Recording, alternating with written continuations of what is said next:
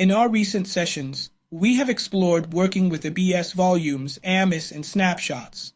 Now, it is time to move towards automating the creation, backup, restore, and protection of these resources. The first tool I want to introduce to you, and in this case, it is for the protection of AMIS and EBS snapshots, is the EBS Recycle bin. The EBS Recycle bin is a feature designed to assist in the creation of business continuity and disaster recovery essentials from both your EBS snapshots and AMIS. Surely, we have all experienced the accidental deletion of an EBS snapshot at an inopportune time. If you have faced this situation in the past, you would not be the only one. So, let's see what this service has to offer. Here we can see, from the main screen, that we need to create a retention rule that allows us to protect our snapshots.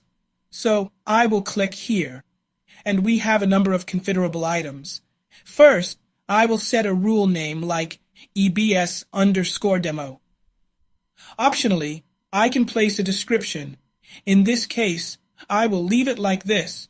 Below that, I select the resource type, in this case, EBS snapshots.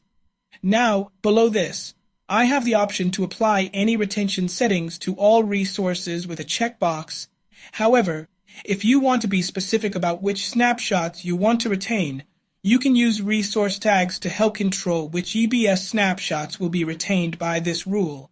So, if you plan to use the EBS Recycle bin, you may want to think about a strategy from a resource tagging perspective to help you quickly and easily highlight which EBS snapshots are business critical that you want to retain if they are accidentally deleted.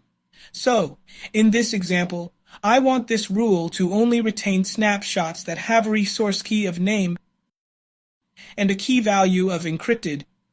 So by adding this here, I'll ensure that only EBS snapshots that have this resource tag are retained with this rule. Next, we have the retention period, and this basically defines how many days the EBS Recycle bin will retain your EBS snapshots before permanently deleting them. And this varies from 1 to 365 days. And for this demonstration, I will select 10 days. Finally, at the bottom of the rule, you can choose to add a resource tag for it. When you're satisfied with your rule, we simply create the retention rule. And once it's done, we can view it here. So, as you can see, it's very simple to create a rule for the EBS Recycle bin. And now that we've created it, let's try deleting my EBS snapshot. I'm going to EC2. And then snapshots.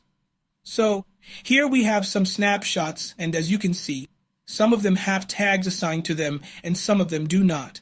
Remember that the rule was configured to only retain snapshots with a value of encrypted. So, I'm going to delete them and see what happens. I select them all, actions, and then delete, confirm. And I'm done. However, if we now go to the recycle bin at the top here, and then go into resources on the left-hand side, we can see that we only have one snapshot that has been retained, and this is the one that matches the resource tags in our rule. If we look at the entry date and the exit date, we can see that there is a 10-day retention period, which is what we set out the rule for. From here, we can quickly retrieve the snapshot in a couple of clicks, and we're done. If I go to snapshots from up here, we can see that it has indeed been retrieved. So, this was a quick demonstration on how you can use the EBS Recycle bin to retain and recover important snapshots and AMIS that might be accidentally deleted.